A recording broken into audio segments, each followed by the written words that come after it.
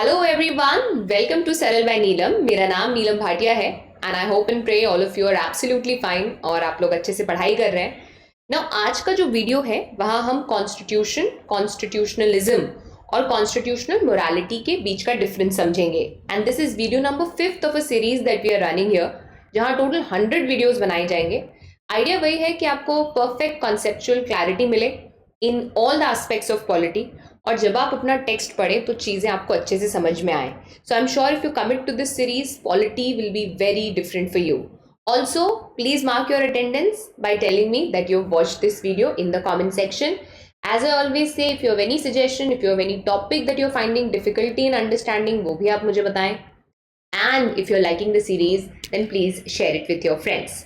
चलो, let's get started. Now, to understand the difference between constitution, constitutionalism and constitutional morality, हम लोग ना पहले एक एग्जाम्पल देखते हैं. तो इसको एक एनालॉजी मान लो. एनालॉजी को ध्यान से सुनना, फिर हम इसे कोर कॉन्सेप्ट से कनेक्ट करेंगे. तो मान लो एक ड्राइवर है जिसको बस चलाने के लिए दिया गया है.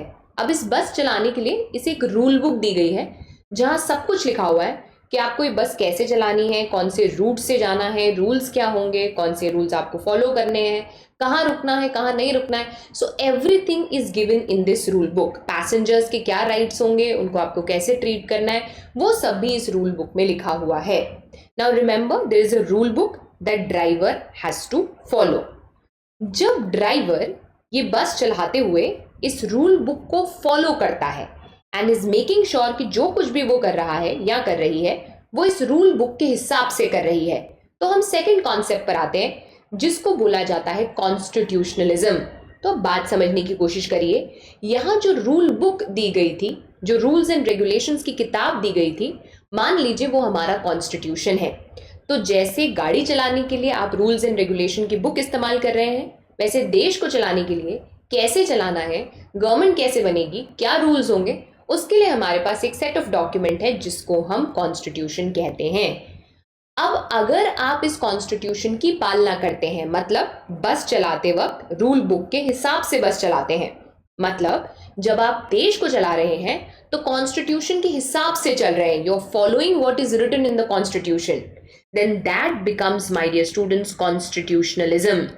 So constitution is that document, but constitutionalism is that ideology where you believe that हम जो है constitution के हिसाब से चलेंगे. We'll be working as per the constitution. अब आगे सुनिए. हो सकता है ऐसी भी कोई बात हो जो रूल बुक में लिखी हुई ना हो. सो वहाँ स्पेसिफाइड नहीं है कि अगर कोई एल्डरली कपल आ रहा है, कोई एल्डरली पर्सन आ रहा है, तो आपको थोड़ी देर ज़्यादा रुकना है ताकि वो आराम से बस में चढ़ जाएं. Now this is not written in the rule book, but अगर आप ध्यान से सोचें तो what was the purpose of making this rule book. कहीं ना कहीं इस रूल बुक को बनाने का पर्पस यही था कि सब लोग पैसेंजर्स जो है आराम से चढ़ पाए और ट्रांसपोर्टेशन की प्रॉब्लम ना हो. तो हालांकि ये क्लियरली लिखा हुआ नहीं है that you have to wait extra for that person, आप फिर भी वेट करते हैं. Why? Because it is not in the letter. तो लेटर में एक्सप्लिसिटली चाहिए नहीं लिखा हुआ हो, अगर आप स्पिरिट देखेंगे अपनी आप रूल बुक की तो वहां से ये निकल कर आता है. Similarly may be something is not explicitly given in the constitution. हो सकता है कॉन्स्टिट्यूशन में कोई एक्सप्लिसिटली बात नहीं दी हुई हो, but it is in the interest of the country, it is in the spirit of the constitution. जब आप उस तरीके से एक्ट करते हैं तो उसको कॉन्स्टिट्यूशनल मोरालिटी कहा जाता है. अब एक बार डेफिनेशन से समझते हैं, और इस समय आपको एनालॉजी याद रखनी है. So what is constitution? वो रूल बुक जिसके हिसाब से देश चलता है, that rule book according to which the country will function. This rule book is going to tell you लोगों के पास क्या राइट्स हैं, लॉज कैसे बनाने हैं, गवर्नमेंट कैसे बनेगी.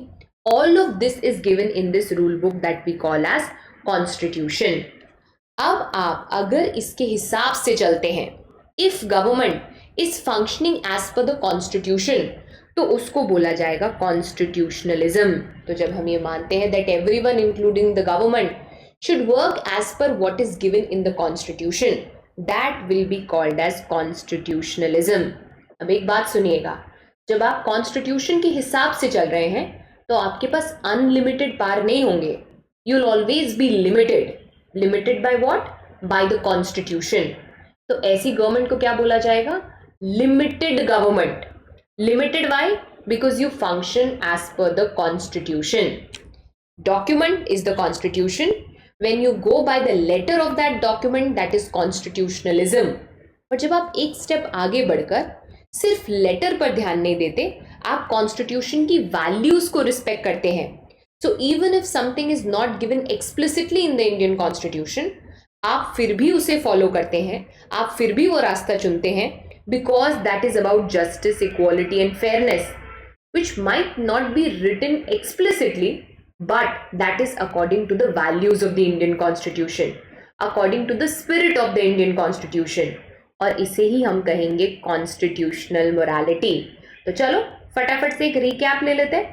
Constitution is what is written, this document.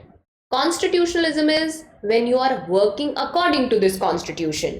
Constitutional morality is when you are going beyond what is written and respecting the spirit and values of the constitution and not just the written word. I hope आपको तीनों के बीच का difference समझ में आया. अगर आया तो लेट मी नो. अच्छे से पढ़ाई करिए, drink lots of water and take care of yourself. Bye bye.